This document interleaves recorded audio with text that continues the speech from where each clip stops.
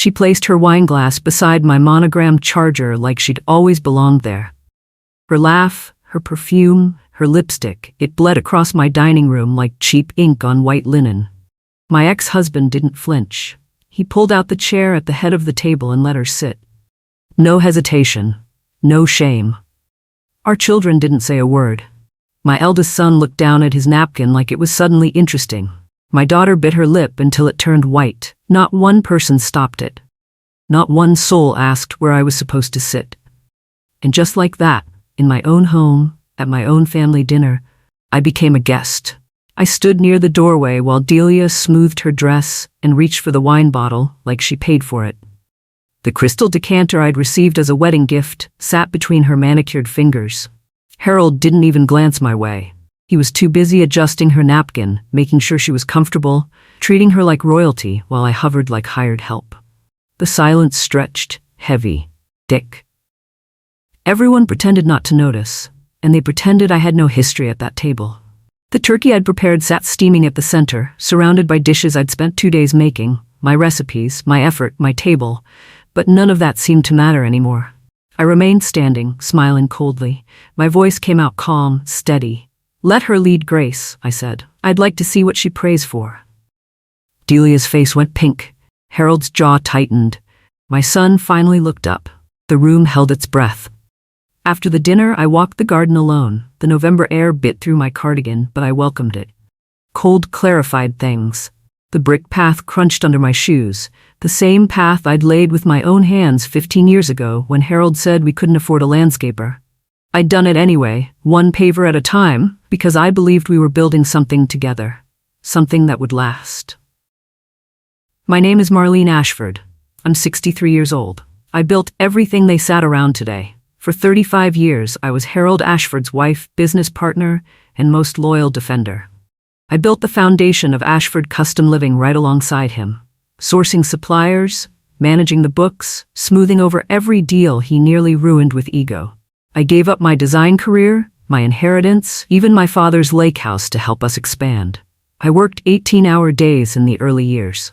I negotiated with contractors who didn't want to deal with a woman. I made it work because I believed in us. Then, 3 years ago, he left me for a woman who wasn't even alive when our company was founded. I reached the cottage at the edge of the property, my refuge. Inside, I opened the bottom drawer of my desk. Documents, contracts, ledgers, untouched, not forgotten. I pulled one folder out and held it to the light. 40%. My signature. Still valid. Still mine. I'd been quiet for 3 years. Tonight that changed. 3 years ago, Harold had sat across from me at this very table. Different season. Same betrayal brewing under the surface. The signs had been there for months, but I'd ignored them. Late nights at the office. Phone calls he took in another room. The way he stopped asking my opinion on business decisions. The distance that grew wider every day. "The company's struggling," he'd said, voice tight with false concern.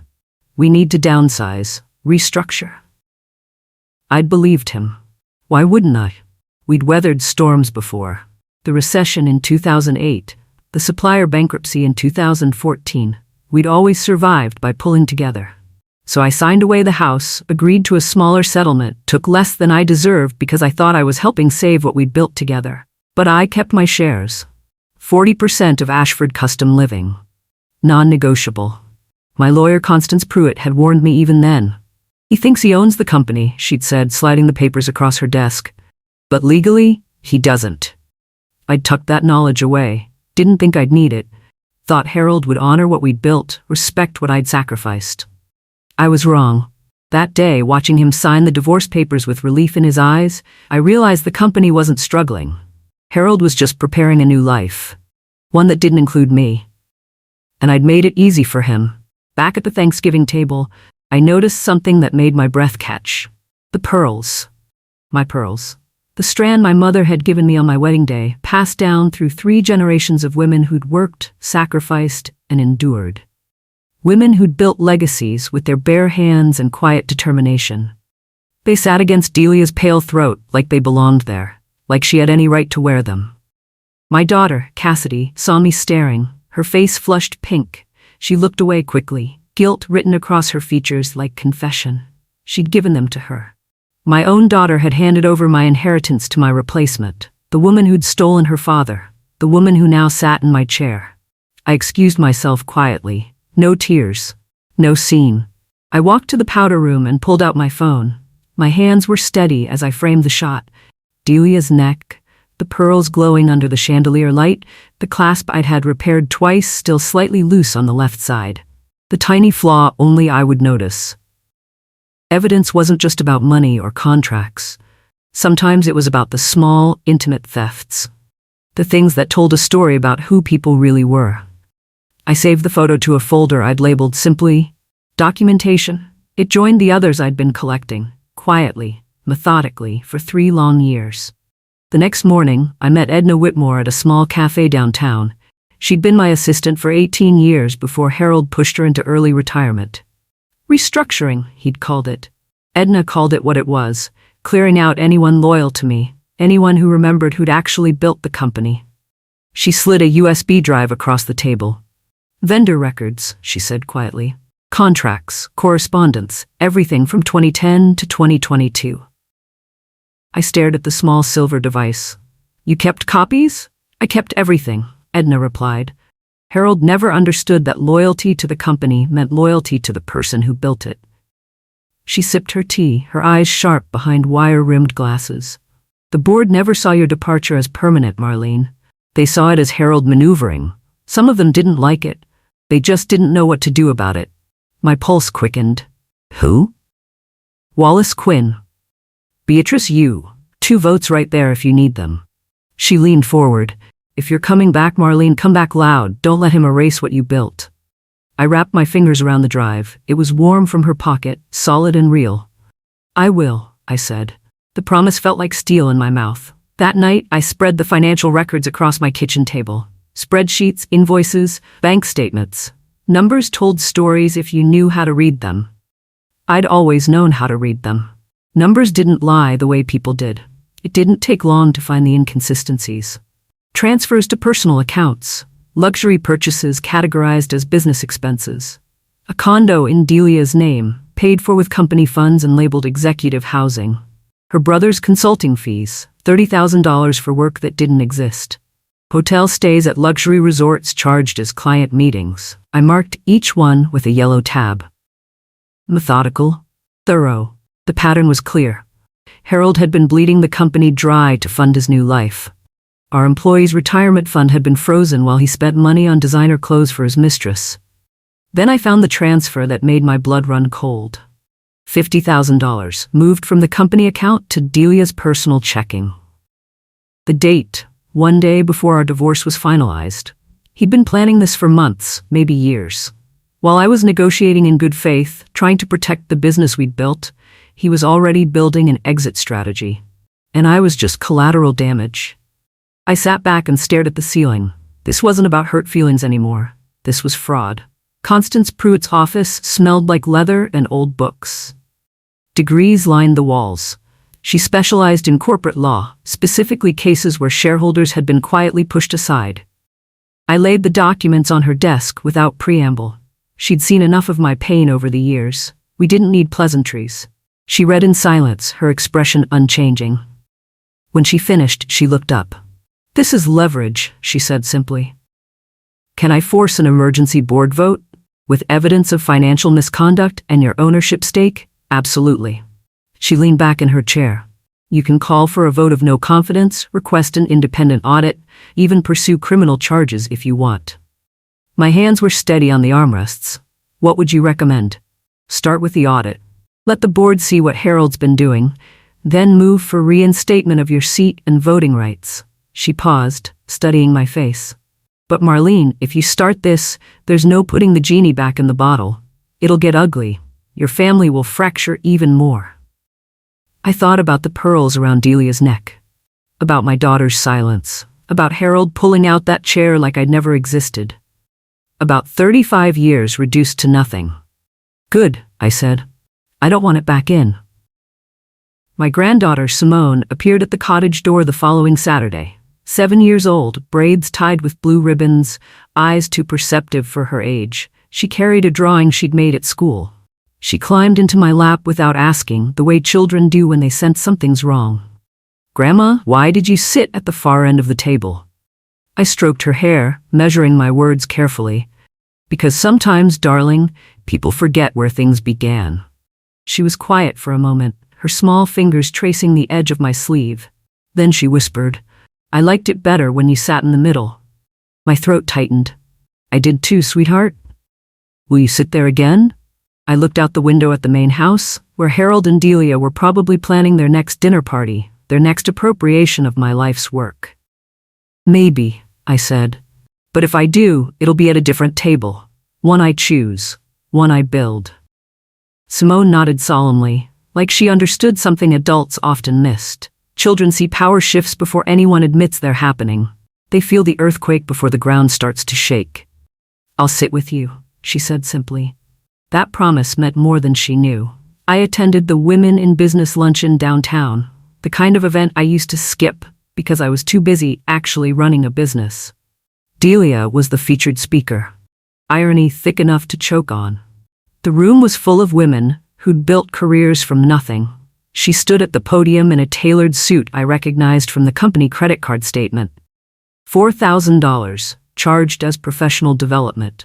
Her speech was polished, rehearsed, empty, full of buzzwords and borrowed wisdom. "I'm excited to announce a rebranding initiative," Delia said, beaming like she'd invented something revolutionary.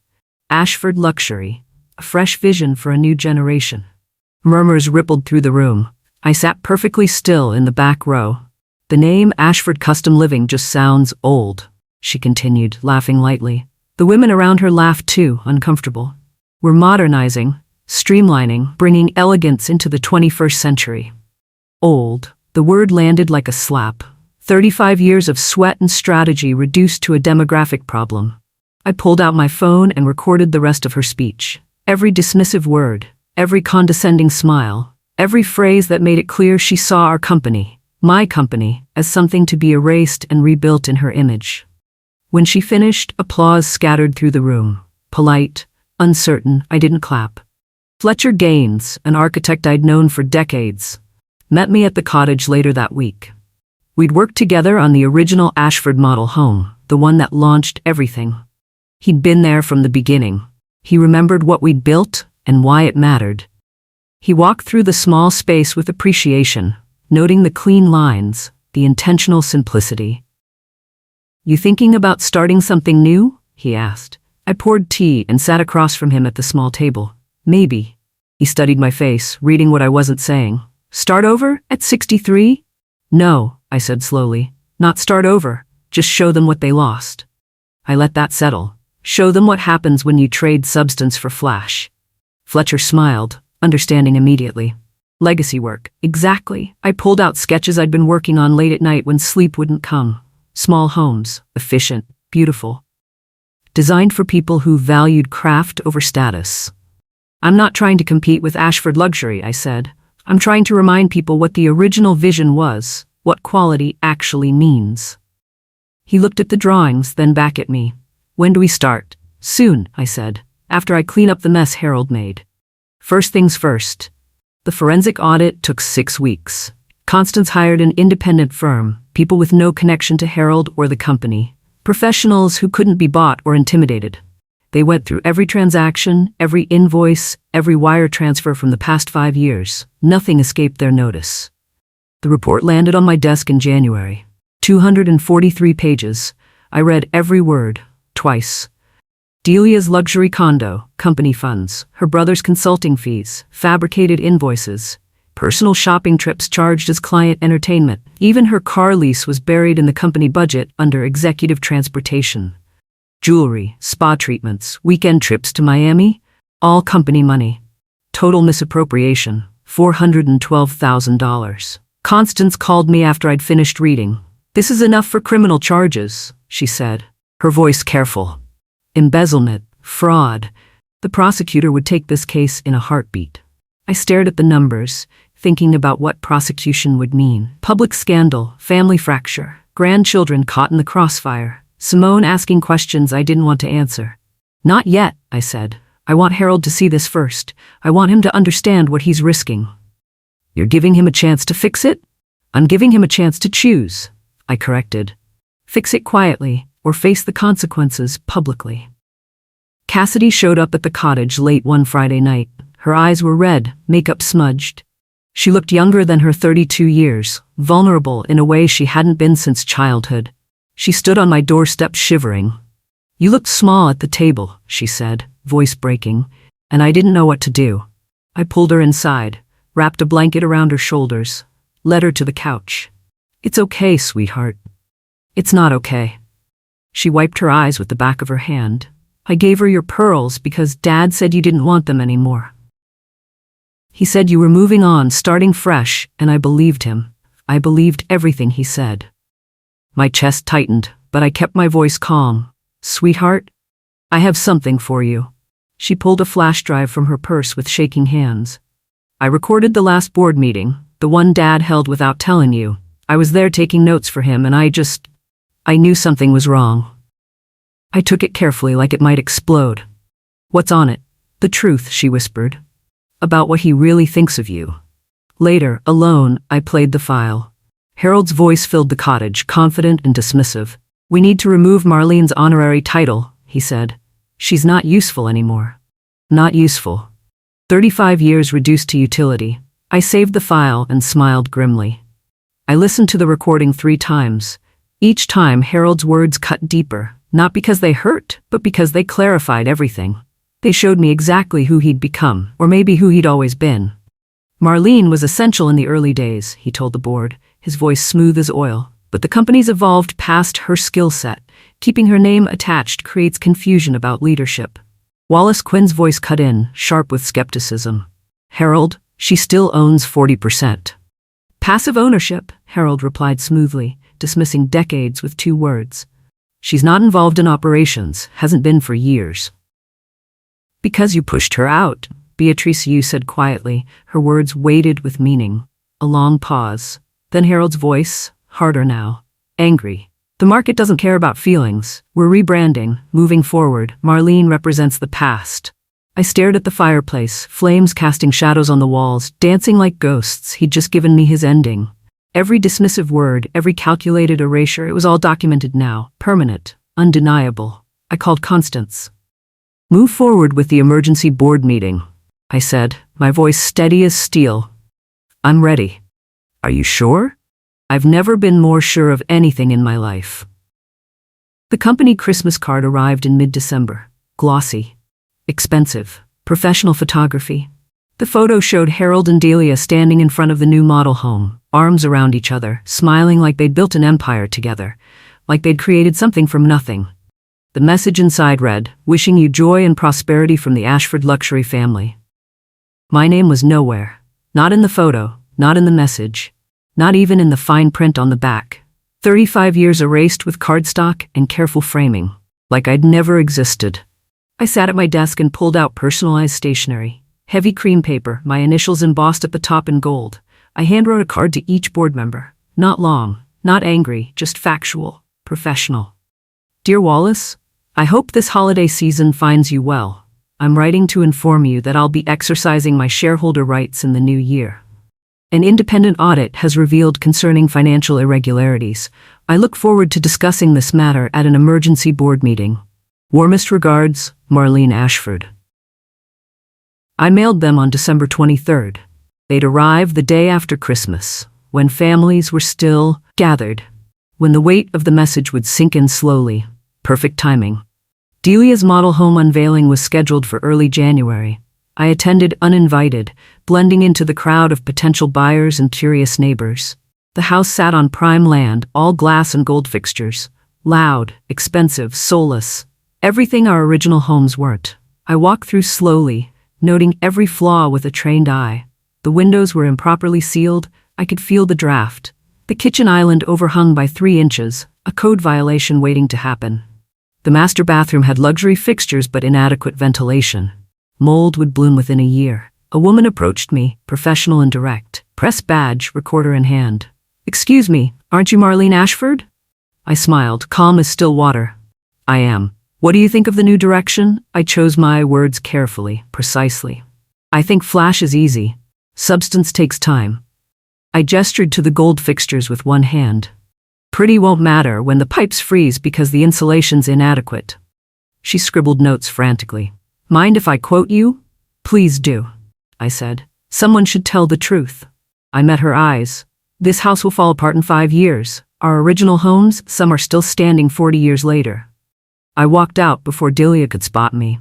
The damage was done, seeds planted. The article ran 3 days later. Front page of the business section, the woman who designed the foundation. The headline alone made Harold's phone ring off the hook. The journalist had done her homework thoroughly. She'd interviewed former employees, reviewed old press clippings, even found photos of me on job sites from the early days. Hard hat, work boots, blueprints in hand. The piece painted a clear picture. Ashford Custom Living had been built on my vision, my relationships, my relentless attention to detail, and it quoted me extensively about the new model home's flaws. My phone started ringing before noon. Board members, old clients, even a few competitors who respected the original company. The backlash against Harold and Delia's rebranding was swift and brutal. Wallace Quinn called personally, his voice tight. Marlene, we need to talk. I agree, I said calmly, unsurprised. Harold told us you were out, that you'd moved on. I'm not, I replied, letting each word land. I'm 40% in, and I have questions about how the company's being managed. Silence on the other end. Heavy. Meaningful. Then, we should schedule that board meeting. Yes, I agreed. We should. Harold showed up at the cottage 2 days after the article.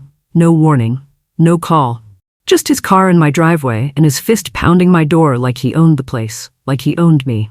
I opened it slowly, deliberately. He looked disheveled, tie loosened, hair uncombed. Panic suited him poorly. I'd never seen him like this. We need to talk, he said, breathing hard. Privately. I stepped aside without a word. We can talk, but not privately. His eyes narrowed dangerously. What does that mean? It means my lawyer is on video call, I said, gesturing to the laptop on my kitchen table. Constance's face filled the screen, professional and impassive. A witness. Anything you say to me, you say to her too. That's how this works now. Harold froze, understanding dawning. You're recording this? Documenting, I corrected calmly. Come in or don't. Your choice. He came in, slowly, like a man walking into a trap he couldn't avoid. Like prey finally realizing the hunter had been patient. He sat across from me, hands clenched into fists. That article was a cheap shot, he said, trying to sound authoritative. That article was the truth, I replied. Which is more than you've given me in years. I slid the forensic report across the table without ceremony. Harold stared at it like it might bite, like it was a snake coiled and ready to strike. Open it, I said quietly. He did. Slowly. His face paled as he scanned the numbers, the highlighted sections, the damning evidence. $412,000. Delia's name highlighted in yellow throughout. His hands trembled visibly. This is... You hired an auditor? His voice cracked. I exercise my rights as a shareholder, I said calmly, watching his face. The irregularities speak for themselves. Marlene, listen. No. My voice was steady, iron wrapped in silk. You listen, I haven't filed this report with authorities yet, but I will if you don't make this right.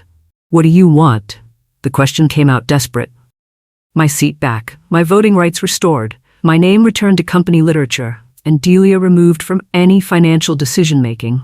I leaned forward, holding his gaze. You have 7 days.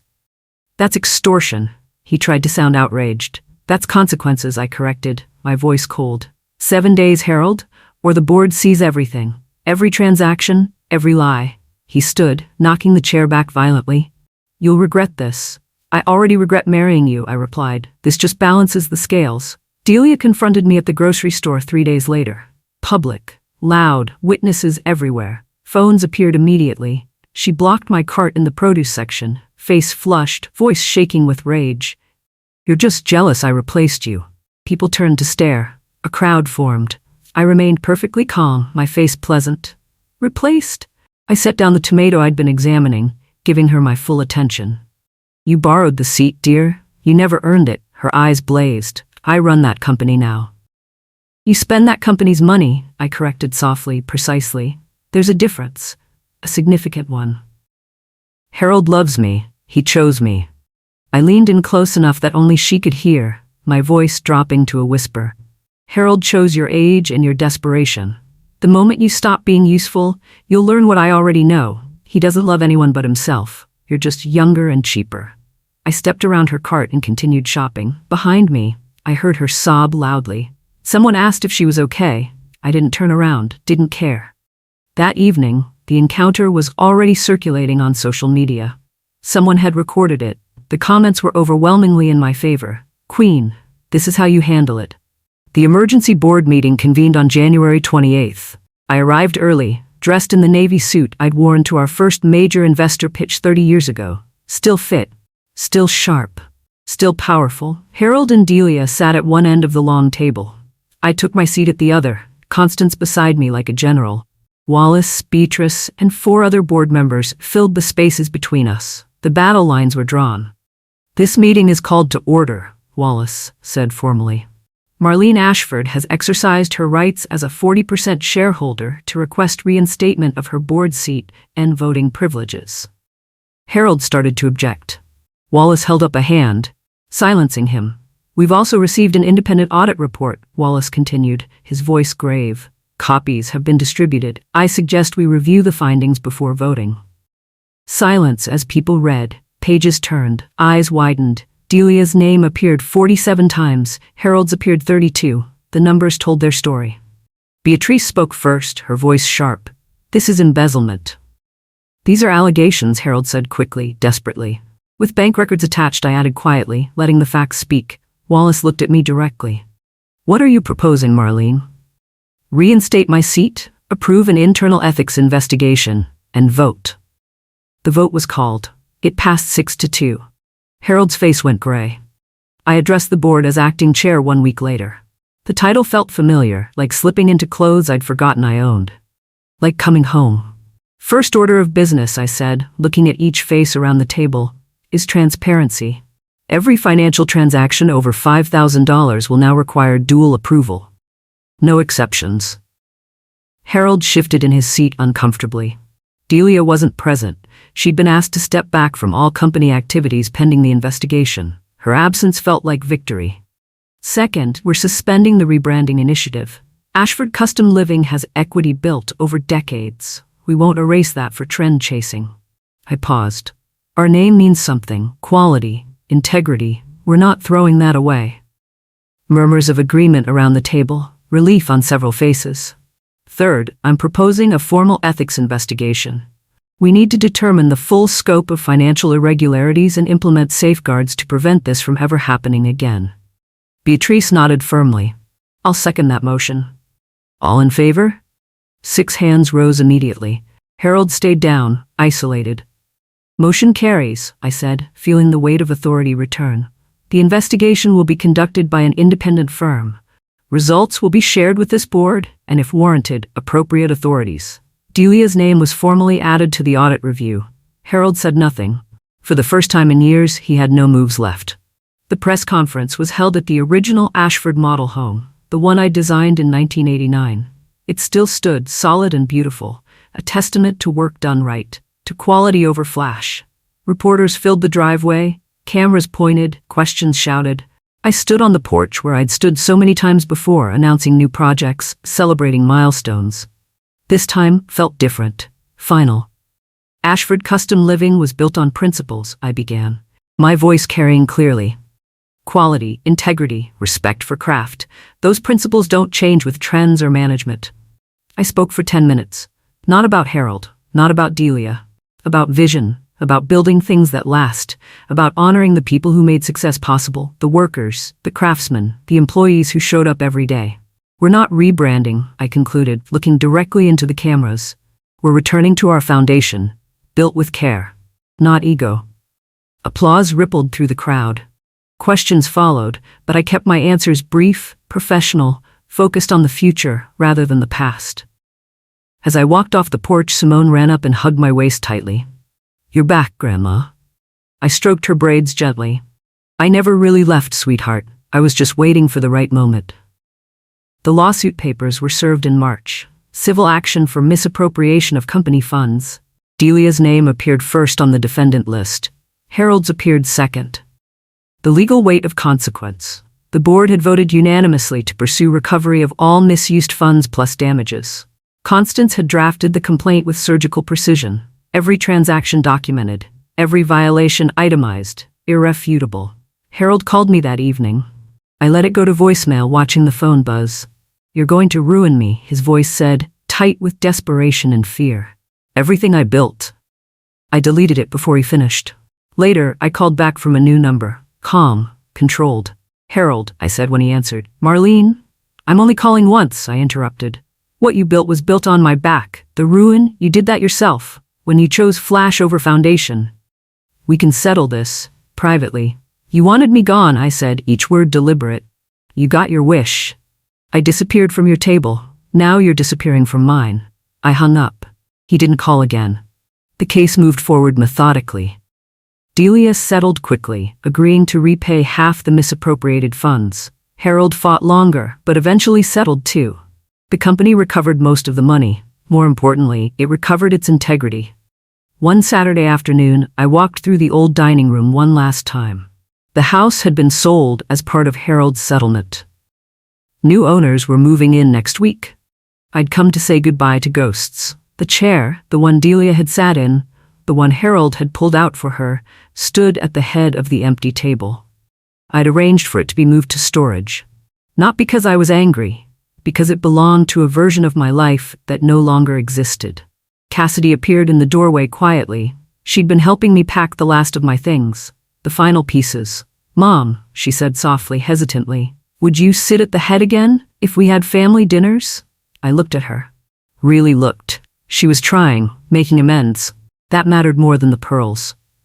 "Maybe," I said honestly, "but not here and not at anyone else's table." "Where then?" I smiled, seeing the future clearly.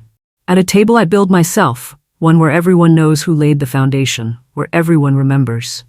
She nodded, understanding finally dawning. We walked out together, leaving the chair behind, leaving the past behind. 1 year later, I hosted Thanksgiving at my new design studio's courtyard. The space was small but beautiful. Exposed brick, wide windows, long wooden tables I'd designed myself. Every detail intentional. Cassidy helped arrange flowers. My son set out plates carefully. Simone ran between tables, her laughter echoing off the walls like music. Former employees came, friends. Wallace and Beatrice from the board, even Fletcher, who'd helped me launch my new venture. People who saw me, valued me. The studio bore my name alone, Marlene Ashford Design. No partners, no committees, just work that mattered. As people gathered, I took my seat at the head of the table, not because anyone pulled it out for me, but because I'd earned it. Built it, chosen it. The difference was everything. I lifted my glass high. "To building things right," I said, looking at the faces around me and knowing when to rebuild. Glasses clinked, voices rose in agreement, warmth filled the space. Simone climbed into my lap, braids tickling my chin. "Is this your table now, Grandma?" she whispered. "It is," I said, looking around at faces that saw me, valued me, respected what I'd built. "And everyone here knows exactly where it came from."